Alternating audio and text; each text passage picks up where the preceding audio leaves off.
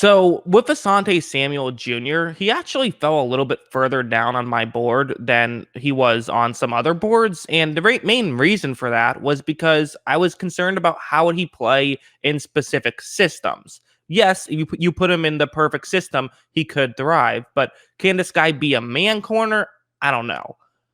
However, he's now in the absolute perfect situation for him to thrive, so I feel a lot more high on him now than I was earlier. This sort of zone coverage, a lot of quarters, a lot of cover three zone that we assume that he'll be in with the Chargers, it could be awesome. And I think that this would be actually a really good fit for Samuel. So let's talk about sort of what he can do, especially given the system that we know he will be playing in. So first, let's start off with this play. Let's talk about his physicality for a second. Because listen, I know he's not the biggest guy, but listen, he's physical. He'll make a tackle. He can come in and he can hurt you, quite frankly. So let's talk about that a bit. So this is the way the play is going to work for NC State. You see the run blocking concept, and the receiver who Samuel is currently lined up against is going to run over and try and block a different Florida State player, the safety. And if this works, you can kind of get two for the price of one. He doesn't have to block Samuel, but Samuel will still follow him, just given that, he has to cover that guy.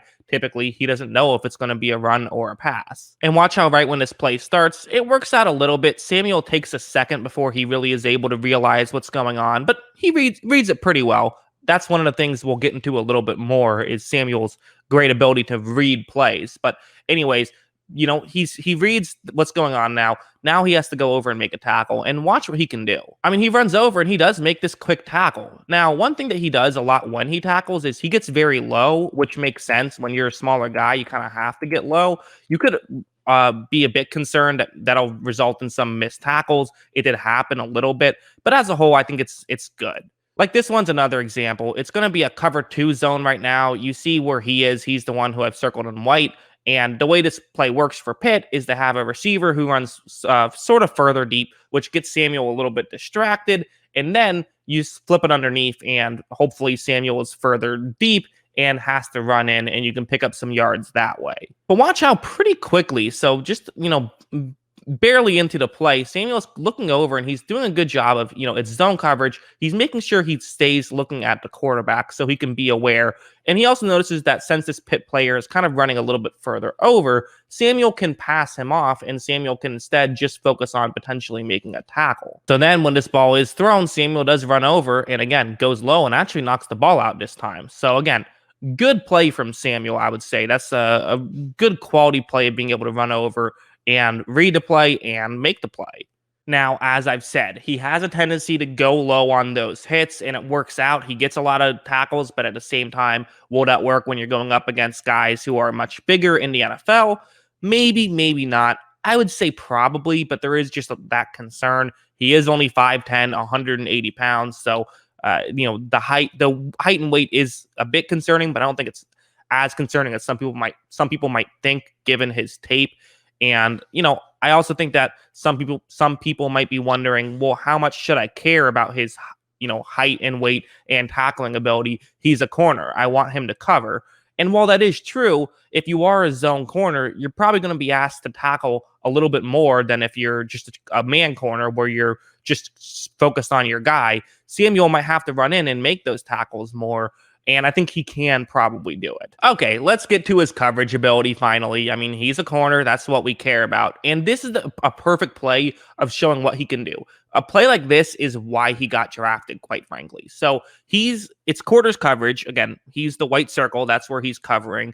And there's only 3 routes. And in fact, only one of those routes is going to the right side of the screen. So Samuel, again, what's great about him is the way he reads plays. Watch how right when his play starts, so he's reading it, and at this point, he's noticed, he's looking over not just at the quarterback, but at what's going on in the rest of the field. So he's very aware of his surroundings, and he notices, okay, there's that guy over there. So with no one else running deep, I don't really have to worry too much about making sure I, cover deep, even though that's kind of his job, because no one's there. So don't cover a place where there's no receiver. Cover where there is a receiver. Watch him jump this route, and he's going to get the interception. That's just understanding the situation. I wouldn't be shocked if he's seen that on tape before and kind of knew that was happening, and just making the right read, making the right play. That's exactly what Brandon Staley is going to want with the Chargers. So I totally understand why they draft him because of stuff like that. You also have something like this where it's cover three now. So he's covering the zone, bottom right hand corner of the screen. And the way this concept works is that the receiver who's the plus receiver, the guy closest to the sideline, he's going to run over the middle. You then have the number two receiver kind of run closer to the sideline towards the end. And the hope is that Samuel follows the number one receiver, the number two receiver gets open. It's a concept you will see in the NFL.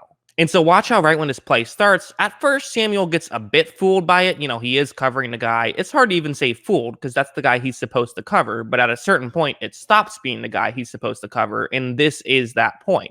Clearly, the safety can run over and cover that guy. Samuel has to make sure he covers the other player who another Florida State teammate is doing a good job of reading this play and trying to take that away. Good job by him. But also watch Samuel. He makes the read, he stops, and he's going to, again, get this interception. That's what he can do really well, is just making those reads. And quite frankly, what's great about that is it doesn't just turn into, deflections. It doesn't just make it difficult. It can turn into interceptions, which is obviously awesome for a defense. And then the last thing I want to talk about is something like this. So it's going to be a man coverage play.